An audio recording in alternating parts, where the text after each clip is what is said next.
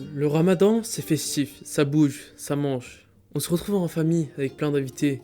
C'est des super bons moments, n'est-ce pas? Et si ce dont ton cœur avait le plus besoin ce mois-ci, c'était enfin le silence?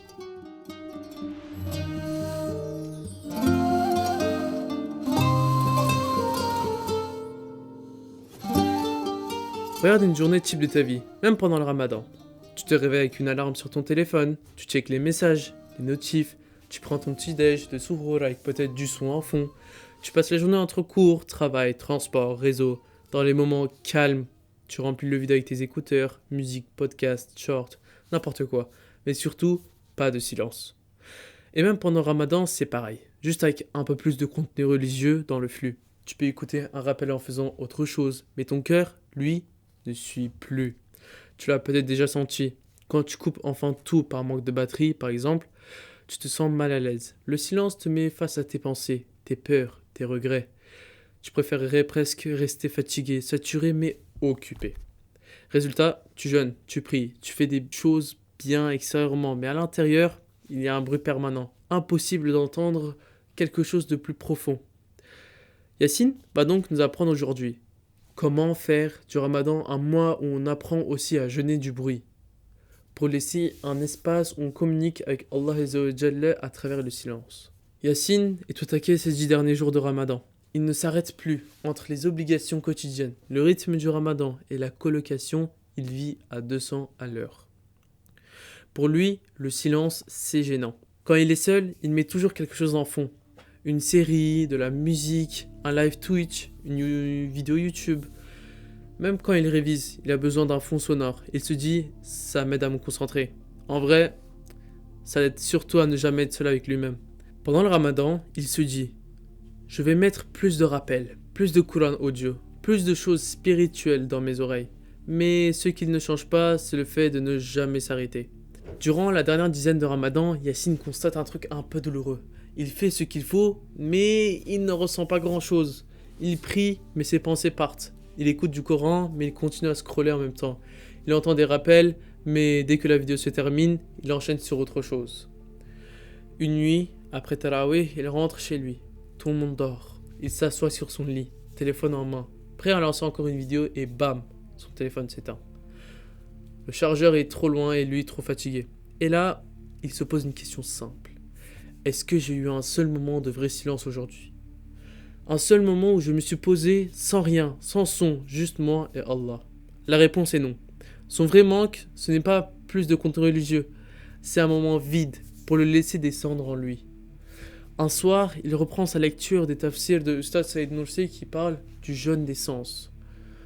Non seulement l'estomac, mais aussi la langue, les yeux, puis les oreilles et le cœur. On y explique que l'âme a besoin de moments où elle se retire des stimulations constantes, où elle se recueille, comme en retraite intérieure, pour laisser les significations descendre. Yacine est touché par cette idée. Et si moi aussi j'essayais de faire jeûner mes oreilles du bruit, et ma tête de toutes ces informations qui tournent? Cette nuit-là, il se lance un défi très simple. Après la prière de l'Isha, pas de casque, pas d'écran, pas de son, juste s'asseoir dans sa chambre pendant quelques minutes en silence. Il éteint l'écran, pose le téléphone, coupe le son et il attend. Au début, c'est inconfortable, très inconfortable. Les pensées arrivent en rafale. J'ai oublié de répondre à ce message. Et si je rate une info importante? Je perds mon temps là, non? Je devrais être en train de faire quelque chose d'utile. Il ressent une sorte d'angoisse du vide, comme si le silence était un trou dans lequel il risquait de tomber. À un moment, il tend la main vers son téléphone par réflexe, puis il se rappelle, non, je teste, je reste. Les premiers jours, ces moments de silence ressemblent à surtout des moments de lutte intérieure. Mais il remarque un détail. Après ces quelques minutes, quand il se lève pour prier de la quatre, il est un tout petit peu plus présent. Pas miraculeusement concentré, juste un peu plus là. Ça lui fait penser à la retraite spirituelle qui est conseillée par notre prophète à la fin du Ramadan, l'itikaf. Même si on n'est pas en état d'adoration, il est important d'éviter les futilités. C'est pourquoi les gens peuvent juste être silencieux pour méditer au lieu de s'occuper avec autre chose. Un soir, alors qu'il est assis dans ses silences, qu'il apprend à apprivoiser, il commence à faire une chose simple. Il regarde sa respiration. Il inspire profondément. Il se dit intérieurement, Ya Rab. Il expire doucement. Merci de me laisser vivre ce moment. C'est très simple, mais il se passe quelque chose. Il se rend compte qu'il est vivant, ici, maintenant, pas dans la vidéo suivante, pas dans le problème de demain, pas dans le souvenir d'hier. Il se rappelle un passage lu dans une revue comme Confluence où on expliquait que le silence, dans la tradition spirituelle, n'est pas un vide mort, mais un espace habité. Habité par la présence du divin, par la réflexion, par la conscience de soi. Il comprend que ce silence-là n'est pas un trou, mais une respiration pour son âme. Et pour vivre ça, il doit renoncer à un truc auquel il tient beaucoup, l'occupation permanente. Il se rend compte que il utilisait le bruit pour fuir certaines questions ou procrastiner certaines choses à faire. Il se remplissait pour ne pas avoir à réfléchir sur lui-même. Il évitait de se retrouver seul avec ses regrets, ses peurs, ses contradictions. Accepter le silence, c'est accepter de voir ce qu'il y a vraiment à l'intérieur. Et ça, c'est dur. Mais c'est aussi là que commence la vraie conversation intérieure. Au fil des jours, Yacine garde ce petit rituel. Un temps de silence par jour. Même court. Parfois 5 minutes, parfois 10, parfois plus. Sa vie extérieure ne change pas radicalement. Il a toujours ses études, sa famille, ses amis, ses responsabilités. Mais il remarque qu'il se porte mieux à la solitude. Il a moins besoin de combler tous les blancs par du son. Il gère un peu mieux ses réactions parce qu'il a pris l'habitude de respirer avant de répondre. La maison est la même, la chambre est la même, mais l'atmosphère intérieure a changé. À la fin du mois, il pose un regard en arrière. Qu'est-ce que le ramadan lui a vraiment appris? Oui, il a jeûné, oui, il a prié, mais surtout, il a découvert que le silence peut devenir un rendez-vous avec Allah Azza wa Jal. Plus besoin d'avoir toujours quelque chose dans les oreilles pour se sentir connecté.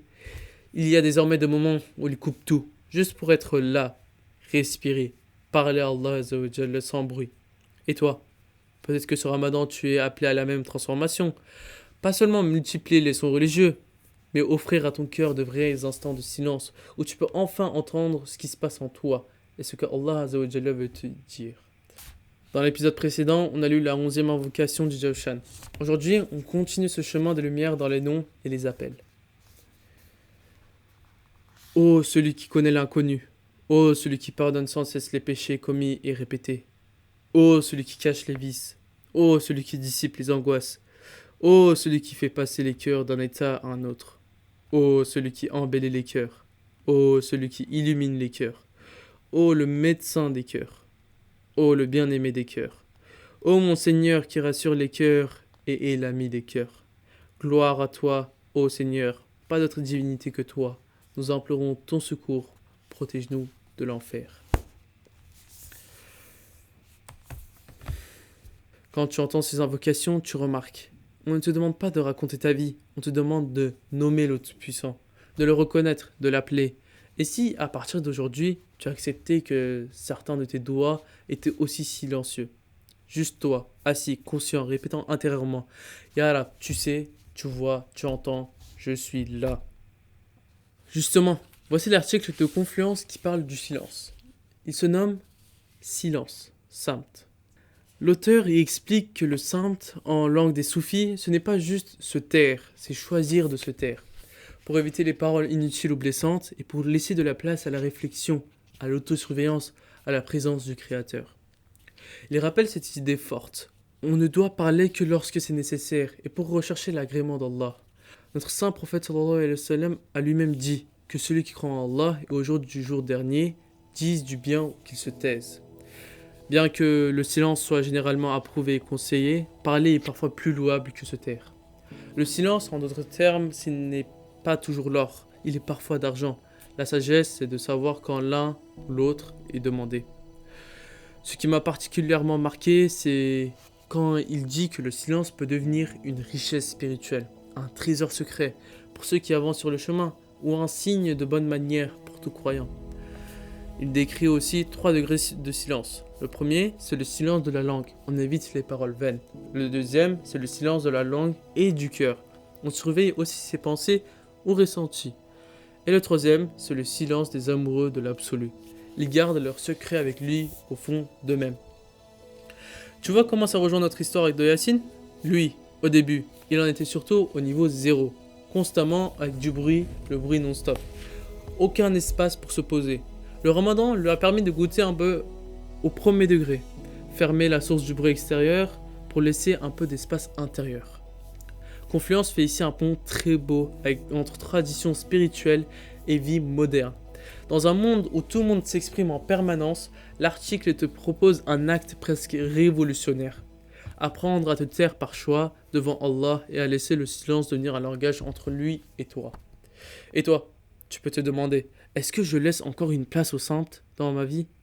Est-ce que je connais des moments où je coupe tout, pas pour dormir ou pour fuir, mais pour vraiment être présent à Allah et à moi-même ? Peut-être que le ramadan est exactement le bon moment pour réapprendre ça. Tu penses pas ? Alors, qu'est-ce qu'on garde ensemble de cet épisode ? On a suivi Yacine, qui détestait le silence, qui remplissait chaque blanc de bruit, de sons, d'images, et qui pourtant se sentait vide à l'intérieur, même pendant le mois béni du ramadan. On l'a vu découvrir à travers le jeûne des sens et les enseignements spirituels que son âme avait besoin d'autre chose, pas seulement plus de contenu, mais plus d'espace pour ressentir la présence d'Allah. On a laissé le Jawshan guider notre regard vers celui qui entend, même nos silences, et avec Confluence, on a compris que dans la voix des gens du cœur, le silence, donc le samt, n'est pas une fuite, c'est une forme de respect, d'écoute, de maturité. La phrase clé que j'aimerais que tu gardes, c'est « Le silence n'est pas un vide, c'est un rendez-vous avec Allah si tu l'habites avec conscience. » Alors je t'invite à un petit challenge très concret. Dès ce soir ou demain, choisis un moment de ta journée. 5-10 minutes, où tu coupes tout, pas de musique, pas de réseau, pas de vidéo. Tu t'assois dans ta chambre, comme tu es, et tu dis intérieurement « Ya Rab, je suis là, tu peux remplir ce silence comme tu veux. » Et si, au fond, ce ramadan était aussi une école du silence habité, pour que, après ce mois, que tu n'aies plus peur de te retrouver seul avec ton cœur. On arrive maintenant à la question du jour. Aujourd'hui, on a parlé d'un article de Confluence sur le silence, le samt, dans la tradition soufie. Alors voici la question. Quels sont les 3 degrés de silence décrits dans ces articles ? Réponds avec tes mots en commentaire, même si ce n'est pas parfait. Un gagnant sera tiré au sort parmi les commentaires avant la prochaine vidéo, Inch'Allah. Avant qu'on se quitte, dis-moi en commentaire, est-ce que tu as peur du silence toi ici ? Et quel petit pas concret tu as envie de faire pour t'offrir dans ta journée un moment de vrai calme, juste toi et Allah. Si tu veux continuer ce voyage de Ramadan avec nous, abonne-toi à la chaîne Boussole. On va avancer ensemble, épisode après épisode, pour apprendre à jeûner, non seulement avec le corps, mais aussi avec la langue, le regard, les oreilles et même le bruit autour de nous. Et comme toujours, une lettre s'est cachée quelque part dans cette vidéo. Note-la bien. À la fin du Ramadan, toutes ces lettres formeront un code secret pour participer à notre escape game du Ramadan le jour de l'Aïd, Inch'Allah. Merci d'avoir regardé jusqu'au bout, que ta boussole intérieure te guide vers la lumière.